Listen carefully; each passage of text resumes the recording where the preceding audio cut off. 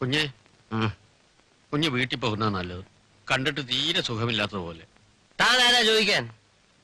ഇതെന്റെ ഓഫീസല്ലേ. ഞാൻ ഇഷ്ടം പോലെ വരും, ഇഷ്ടം പോലെ പോവും. മനസ്സിലായോ?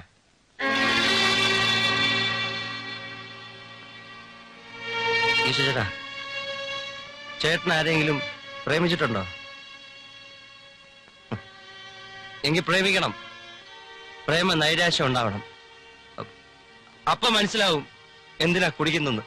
ഓ ഓ ഓ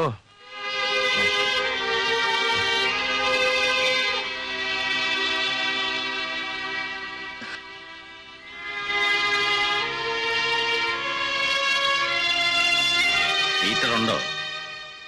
ഈശോ മിശിഹായ്ക്കും സ്തുതിയായിരിക്കട്ടെ. എപ്പോഴും സ്തുതിയായിരിക്കട്ടെ. ഉണ്ടച്ചോ, ആഫീസിനകത്തിരിക്കുക. അച്ഛനെ മനസ്സിലായില്ലല്ലോ. ഞാൻ പീറ്ററിന് ഇടവകയിലെ അച്ഛനാ. ഒന്ന് കാണാൻ വന്നാ. വിളിക്കാം. വന്നാട്ടെ.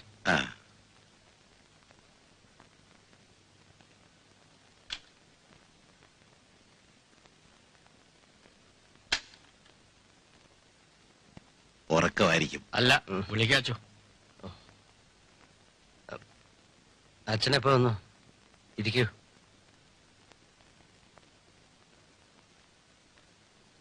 എന്താ പേര്? ഈശോ. നല്ല പേര്. ഈ പേരിലൊരു കപ്പിയാർ എനിക്കുണ്ടായിരുന്നു. പിന്നെ ചായ എനിക്കിഷ്ടം, മധുരം ഇടാത്തത്.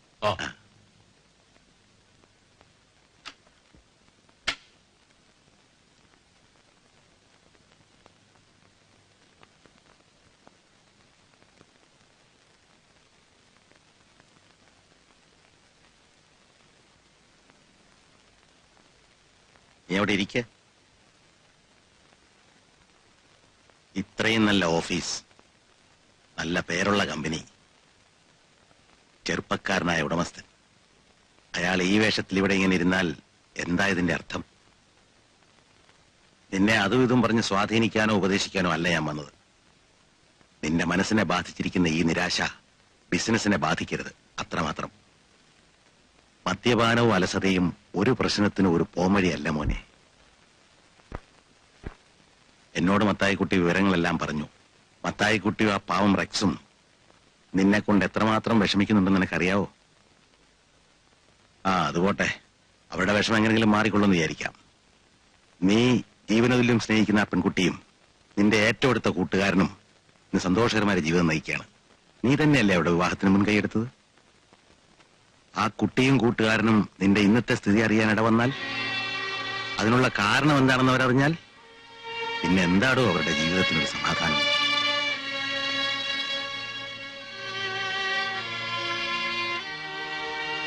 അവരുടെ നന്മയാണ് നിന്റെ ലക്ഷ്യമെങ്കിൽ കടിഞ്ഞാണില്ലാത്ത നിന്റെ ഈ പോക്ക് മാറ്റിയെടുത്തേ പറ്റൂ.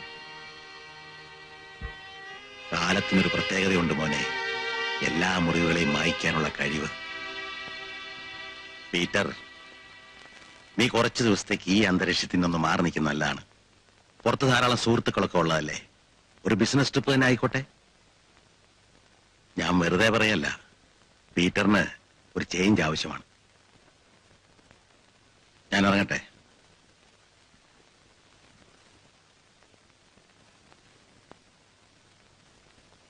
കൊള്ളാം, മനോഹരമായിട്ടു.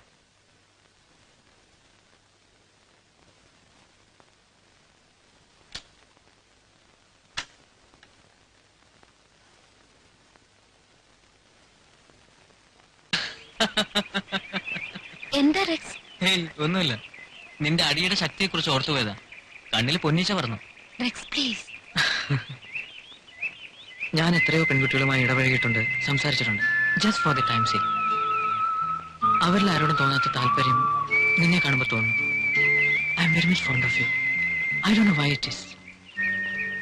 ഇതിനെയാണ് പവിത്രമായ പ്രേമമെന്നോ സ്നേഹമെന്നോ എല്ലാവരും പറയുന്നെങ്കിൽ നീ ഞാനും തമ്മിൽ അത് തന്നെയാണ്. നീ എന്നെ നിരാശപ്പെടുത്തില്ലെന്ന് വിശ്വസിക്കുന്നു.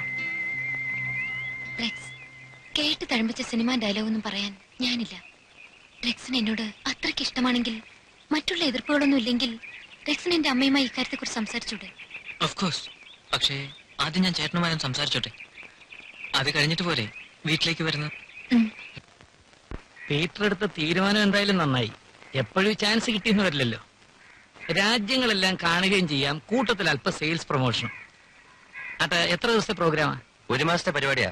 വേണമെങ്കിൽ കുറച്ച് ദിവസം കൂടെ നീട്ടും. പേപ്പേഴ്സും വിസയും ഒക്കെ ശരിയായോ? ആ, ആ, പിന്നൊരു കാര്യം. ഇന്നലെ ദേവി ഇവിടെ വന്നിരുന്നു. അവിടെ കല്യാണം കഴിഞ്ഞിട്ട് താൻ കാണാൻ ചെന്നില്ലെന്ന് ഭയങ്കര പരാതി. താൻ അവളെ ഹോട്ടലിൽ വെച്ച് കണ്ടപ്പോ ഒഴിഞ്ഞു മാറിയെന്നോ സംസാരിച്ചില്ല എന്നോ ഒക്കെ പറഞ്ഞു. ഏയ് അങ്ങനെയൊന്നുമില്ല. അല്പം തിരക്കിലായതുകൊണ്ട് ഞാൻ പോയില്ലെന്ന് മാത്രം. കൂടാതെ ഞാനും കുമാറും ഫോണിൽ കൂടെ മിക്കവാറും ബന്ധപ്പെടാറുണ്ട്. അത് തന്നെ ഞാൻ അവളോട് പറഞ്ഞു. പക്ഷെ അവൾ സമ്മതിക്കണ്ടേ?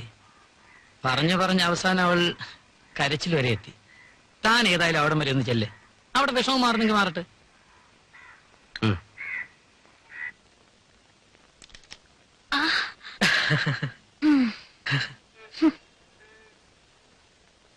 ഉം. പോ.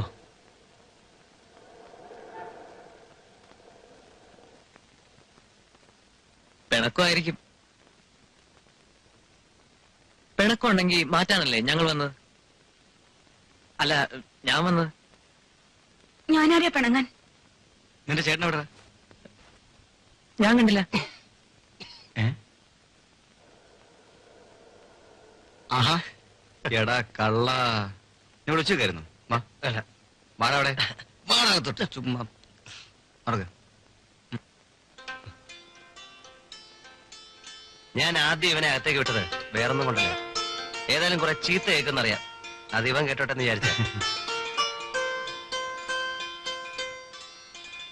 എന്ത് പ്രായശ്ചിത്തം വേണമെങ്കിലും ചെയ്തോളാം. ഈ മുഖം ഒന്ന് പ്രസാദിച്ച് കണ്ടാ മതി. ദേവി സാറേ, തുടങ്ങി. ഈ ദേവി ഭയങ്കര സെന്റിമെന്റലാ. അതെ, ഞാൻ സെന്റിമെന്റൽ തന്നെ. പിന്നെ നിങ്ങൾ ഇതുവരെ ഒരു പ്രാവശ്യമെങ്കിലും ഈ വീട്ടിൽ വന്നിട്ടുണ്ടോ? പീറ്റർ എത്ര പ്രാവശ്യം എന്നെ കാണാതെ ഒഴിഞ്ഞു മാറിയിട്ടുണ്ട്. ഒരു കാരണവും കൂടാതെയുള്ള ഈ പെരുമാറ്റം കണ്ട ആർക്കും വേദന തോന്നാത്തത്? ആ, ദേവിയോട് പറഞ്ഞാലും വിശ്വസിക്കില്ല. ഇവിടെ വരാത്തന്നെ പ്രത്യേകിച്ച് കാരണമൊന്നുമില്ല. കുമാരൻ ഞാനും എന്നും സംസാരിക്കാറുണ്ട്. ഇവിടുത്തെ വിശേഷങ്ങളൊക്കെ അറിയുന്നുണ്ട്. പോട്ടെ ദേവി, ഞാൻ മാപ്പി വയ്ക്കുന്നു. ഇനി ഇവിടുന്ന് അടിച്ച് പുറത്താക്കിയ പോലും ഞാൻ പോകുന്നില്ല. പോരെ, ഒന്ന് ചിരിച്ചേ. ആ, ഒന്ന് ചിരിക്കുന്നേ. ഞാൻ അന്നേ ചേട്ടനോട് പറഞ്ഞതാ. എന്താ പറഞ്ഞ? ഒറ്റ കീറ് വെച്ചെന്നോളല്ലോ. Good morning sir. ആ ഡയറക്ടറെ എടുത്തേ.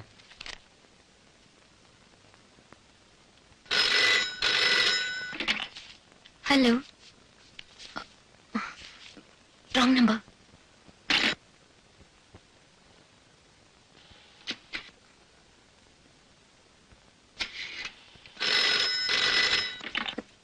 ജൂഡി അല്ലേ? Wrong number. എന്തിനാ നുണ പറയുന്നത് റോങ് നമ്പർ ആണെന്ന്? ചേട്ടൻ ചേട്ടൻ കേൾക്കുന്നില്ല. ഒന്ന് ഉറച്ചു പറ.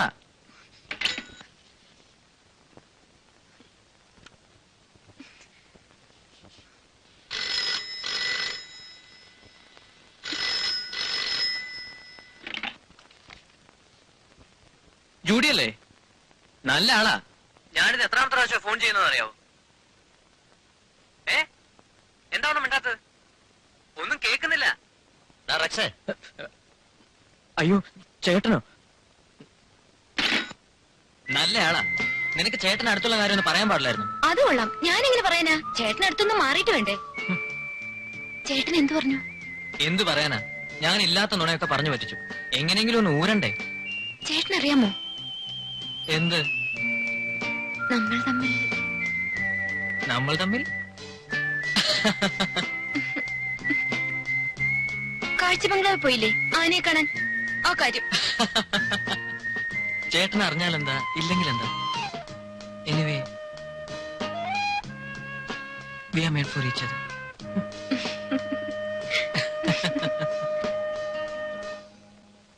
ദിവസേനെ കൃത്യസമയത്ത് ഓഫീസിൽ ചെല്ലണം. ഞാനില്ലാത്തൊരു കുറവ് അവിടെ ഉണ്ടായിരുന്നു.